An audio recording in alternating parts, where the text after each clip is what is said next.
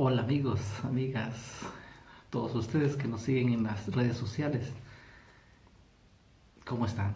Espero que la vida los esté tratando bien, y si no los está tratando bien, pues bueno, a tener paciencia porque los momentos oscuros pasan. ¿Y qué pasan? ¿Qué pasan? Y luego vienen los mejores momentos. Así que entonces, a tener paciencia, a tener fe, a tener la esperanza de que todo pasa y que nada queda de este mundo. Solo Dios es eterno. Soy Rubén Elías.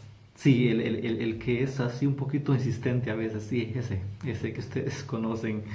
Entonces, soy un poquito insistente y hice un poquito de mi carácter, me caracterizo por eso, para bien o para daño, pues bueno, a veces uno le toca aprender a vivir con su propio carácter, canalizarlo. Soy insistente, sí, en muchas cosas. La mayor parte de las cosas de mi vida, eso me ayuda y muchas de las veces me afecta también. Ah, y es uno de los temas en los que hoy quiero tratar y que quiero compartirles, es más común compartir mi vida con ustedes, aspectos personales. Eh, este aspecto de el ser insistente ha marcado y es en el sentido de lo que llamamos comúnmente religiosamente la vocación.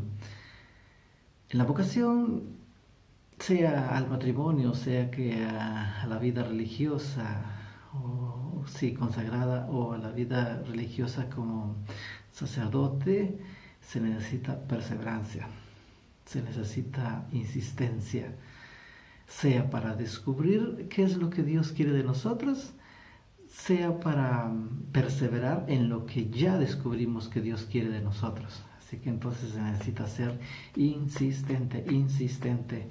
Yo les diría por unos, ¿cuánto? Del 2020 al 2020, del 2000, sí, por unos 20 años yo estuve intentando ser sacerdote. Es una de las cosas que muchos tal vez no sabrán y que hasta ahorita lo vienen a saber. Muchos, muchos, muchos, porque hay algunos que me han conocido nada más desde mi tiempo último en las redes sociales. Otros me conocen un poquito más de cuando ya estaba estudiando filosofía y teología aquí en Roma. Otros me conocen desde mi niñez. Otros me conocen desde mi propia familia, así que mis hermanas, mis hermanos, toda esta gente así, el círculo familiar me conoce más, pero entonces hay de más y menos que me conocen. Para algunos era nuevo decirles que sí, yo estaba intentando ser sacerdote y intenté por 20 años. Bueno, 20 años menos unos 5 porque ya con el tiempo que ya insistía y que quería y estaba buscando estudiar y estudiar para ser sacerdote, ya fueron nomás unos 15 años. Pero bueno, pasé por tantas experiencias que tengo la esperanza de poderles contar esas experiencias que tuve bonitas y un poquito menos fáciles de aceptar, pero espero podérselas contar un día a ustedes. Entonces, ¿cómo comenzar? Vea que yo quería ser sacerdote, quería ser religioso. Y bueno, para comenzar, fui religioso por unos 5 años, no menos, bueno, 5 años con toda la formación, pero de votos temporales por 3 años. O sea, votos que se renuevan cada año. Por 3 años renové votos y al final me di cuenta que no era esa mi vocación.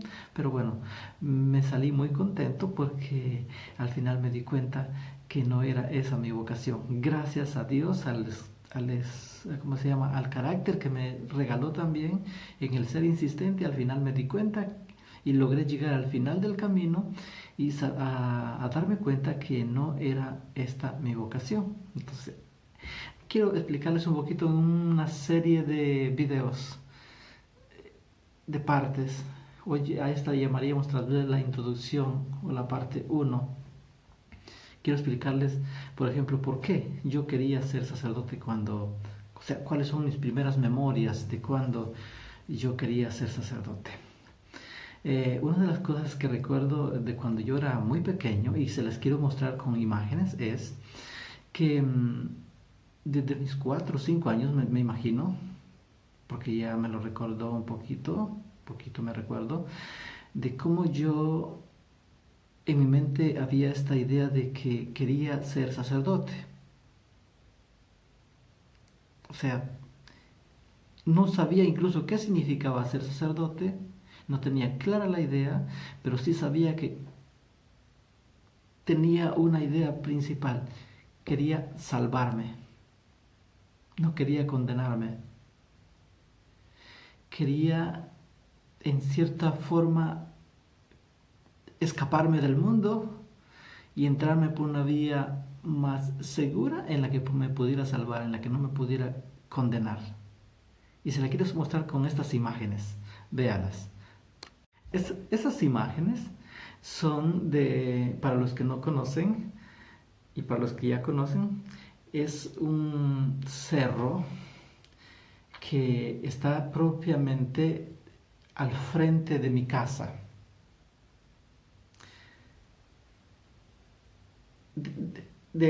Cuando yo estaba mucho más pequeño, se podría apreciar mucho más fácil, quizás porque había menos contaminación, menos humo, menos nieve, nevia, sí, se dice en español, sí.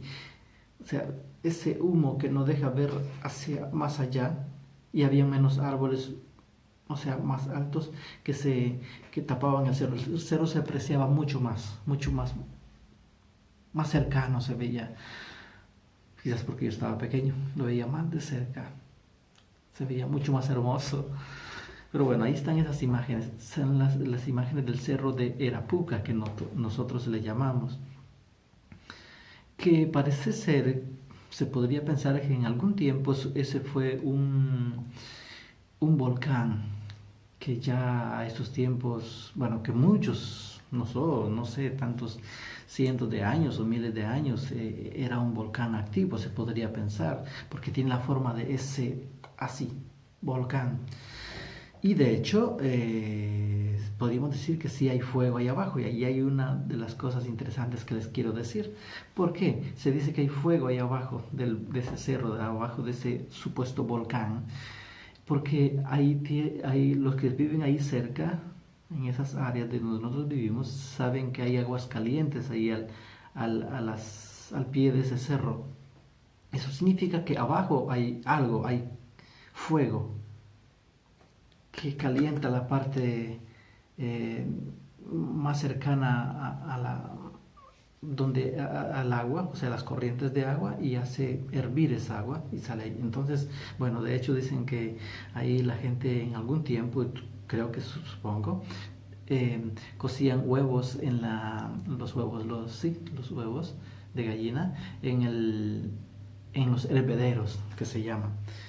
Entonces, cuando yo escuchaba eso, que decían que allí había hervederos y que había agua caliente, eso significa los hervederos, agua caliente, que como una olla que hierve, a borbollones, como decimos, el agua caliente ahí. Y yo pensaba, es que debe de haber tanto fuego ahí abajo también, entonces que el agua que está ahí se calienta tanto. Y yo me lo imaginaba entonces el cerro como una casa y dentro un horno que había tanto fuego. Y yo, como el cerro estaba propiamente enfrente de mi casa, y yo podía ver el fuego de la hornilla, que tenemos hornilla de leña ahí en mi casa, en la casa de mi familia, una hornilla de leña, y entonces yo veía el fuego rojo, que las llamas que salían, ¿no? del fuego, de la leña ardiente, de las brasas, y yo hacía la conexión con ese fuego, con el cerro que está allá, y yo pensaba, ese cerro tiene tanto fuego, y tanto fuego, y esto es como una imagen, esta hornilla de fuego aquí, donde están cociendo los alimentos, es una imagen, y yo hacía la conexión entre la hornilla de fuego, el fuego que veía allí, realmente que quemaba, y que ardía, y con el fuego que yo en mi mente pensaba, y en realidad está el fuego ahí abajo, en ese cerro, en ese volcán, y yo decía, bueno, porque la gente también decía incluso que allí es el infierno. Y yo me ponía a pensar, si este fuego que tengo en la hornilla aquí es tan peligroso, que es tan caliente y que es tan rojo y me da tanto miedo, imagínese cómo será ese tremendo, grande cerro lleno de fuego dentro y que ahí sea el infierno. Y yo me ponía a llorar cuando hacía esa comparación entre la hornilla y el fuego allá en el volcán. Yo me ponía a llorar y yo decía, yo no quiero ir al infierno, yo no quiero ir al infierno, yo no me quiero condenar. Y bueno, a punto, llegó un punto en que yo pensaba, ¿qué puedo hacer para no condenarme? No sé quién me lo dijo, no sé de dónde lo copié, porque realmente mi familia y yo, por tanto, estando muy pequeño, no íbamos a la iglesia. Quizás íbamos a la iglesia a las misas de una vez al año, las misas patronales, a nuestra amada Nuestra Señora del Carmen, la Virgen del Carmen o Nuestra Señora de Candelaria. Quizás una vez al año íbamos a la Santa Misa, si es que me llevaban, porque yo estaba muy pequeño. No sé de dónde entonces no sé de dónde me había venido esa idea de que el sacerdote era y lo es, un hombre santo, un ángel de Dios, no un ángel que vuela, que no tiene cuerpo, no. Un hombre de carne y hueso, pero que tiene esa espiritualidad de un ángel. Entonces, yo pensé, el sacerdote sí que se va a salvar, el sacerdote sí que no va a ir a ese infierno ahí donde hay tanto fuego y que yo lo estoy viendo aquí, ese fuego que arde tanto y que quema y que le tengo miedo y yo no quiero ir, así que entonces yo quiero ser sacerdote. Esa es la única forma. Y yo pensaba, esa es la única forma en la que me puedo salvar. Y entonces yo pensaba eso, ¿no? Quiero salvarme, no quiero condenarme. Y la única forma de guardarme del mundo, yo me lo imaginaba, era como un caminito diferente a lo del mundo. En realidad es un poquito diferente, porque son los sacerdotes o las religiosas o religiosos, están en el mundo sin ser del mundo. Como todos estamos llamados a estar en este mundo, a habitar en este mundo, pero sin ser de este mundo. Entonces yo me imaginaba ese caminito ahí, la vida sacerdotal, un caminito privilegiado, no por otras cosas, sino privilegiado porque no era contaminado con las cosas de este mundo y así nada más, solamente así era que se iban a salvar. Entonces yo quería entrar en ese caminito, yo me lo pensaba así. Entonces esa fue una de las primeras ideas, de las primeras memorias que yo tengo de cuando yo quería ser sacerdote. Llegaron mis tiempos en la adolescencia en las que el miedo no me, el miedo no me hizo continuar ahí en esta idea y se me olvidó. Es así la adolescencia. Por desgracia, tengo tantas cosas de las que me avergüenzo. Pero bueno, así es la vida. Todos cometemos errores y si nos pudiéramos salvar de esos errores sería buenísimo, pero bueno, también nos enseñan muchísimo. Entonces, yo por mi parte también de la experiencia de familia yo también quería escapar. Sufría de tantas formas, de mil formas, en todos los sentidos, sufría. Y es más, yo tenía en la idea siempre un deseo de estudiar y quería aprender más y quería entender cosas y yo me metí y compré mi Biblia, incluso cuando ya tenía tiempo, me parece en mis 10, 11 años compré mi Biblia con mi propio dinero para estudiarla. Yo quería estudiar siempre. De hecho, hice tantos sacrificios para ir a la escuela primaria y luego después de varios años logré continuar mi escuela secundaria y así. Entonces siempre tenía este deseo de saber más, de estudiar. Entonces pero como no encontraba todas las oportunidades en mi casa, yo quería escaparme, yo quería irme. Entonces eso influía también en mí. Yo me doy cuenta hoy, el deseo de estar fuera, el deseo de irme, el deseo de pensar de que quería ser misionero, el deseo de irme lejísimos por las montañas a predicar la palabra de Dios, a enseñarle al mundo el verdadero camino por el cual nos podemos salvar. Claro, Dios me usó grandemente, yo debo de decir, grandemente. Pues sí, Dios se usa con todo su poder, usa de cualquier cosa que tengamos. Y ha usado un burro para hablarle a las personas en el Antiguo Testamento, no, cuando un burro, Dios se manifiesta incluso para hablarle a las personas a través de un burro.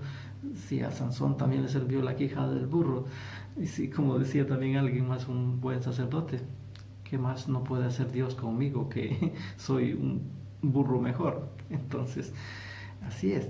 Entonces, Dios ha obrado grandes cosas, Dios ha hecho grandes cosas en mí, y yo le agradezco. Aunque con todos mis pecados, Dios ha obrado, Dios ha hecho grandes cosas. He visto que es su mano la que trabaja y no yo mismo. La verdad es que nosotros no nos podemos, en conclusión, no nos podemos apropiar, como San Pablo diría, nuestra propia llamada. No, porque es Dios quien llama. Yo no debería haberme ido porque no quería estar en mi casa, porque quería escapar de la realidad del mundo. No porque no quería condenarme, porque a Dios lo amamos no por miedo, sino por amor, simplemente porque lo amamos y porque es la mejor cosa, porque es lo mejor que nos puede pasar en la vida, pero no por miedo. Yo no me había adherido por eso. Pero bueno, al final Dios trabaja aún con todos nuestros errores y aún con nuestros pecados. Dios trabaja y no va a trabajar incluso con nuestros propios errores, en el sentido, errores simples de que nosotros queremos hacer su voluntad, pero no sabemos cuál es su voluntad. Así que entonces probamos y intentamos hacer su voluntad, y al final nos damos cuenta que eso no era la voluntad de Dios. Pero bueno, Dios lo trabaja lindamente. Entonces, yo quiero decir que no nos apropiamos nosotros nuestra propia llamada. Esa es la historia, por ejemplo, que ustedes pueden ver el profeta Samuel en el Antiguo Testamento. Fue Dios quien nos llamó, no fue él quien iba a decirme, Señor, no es que él iba a Elí, al sacerdote, a decirle, Señor sacerdote, ¿me puede llamar para que yo le pueda servir a Dios? ¿Me puede llamar para que yo le sirva a Dios? ¿Me puede llamar, por favor, para que yo le pueda servir a Dios como profeta? No, fue Dios quien lo llamó y le llamaba Samuel, Samuel.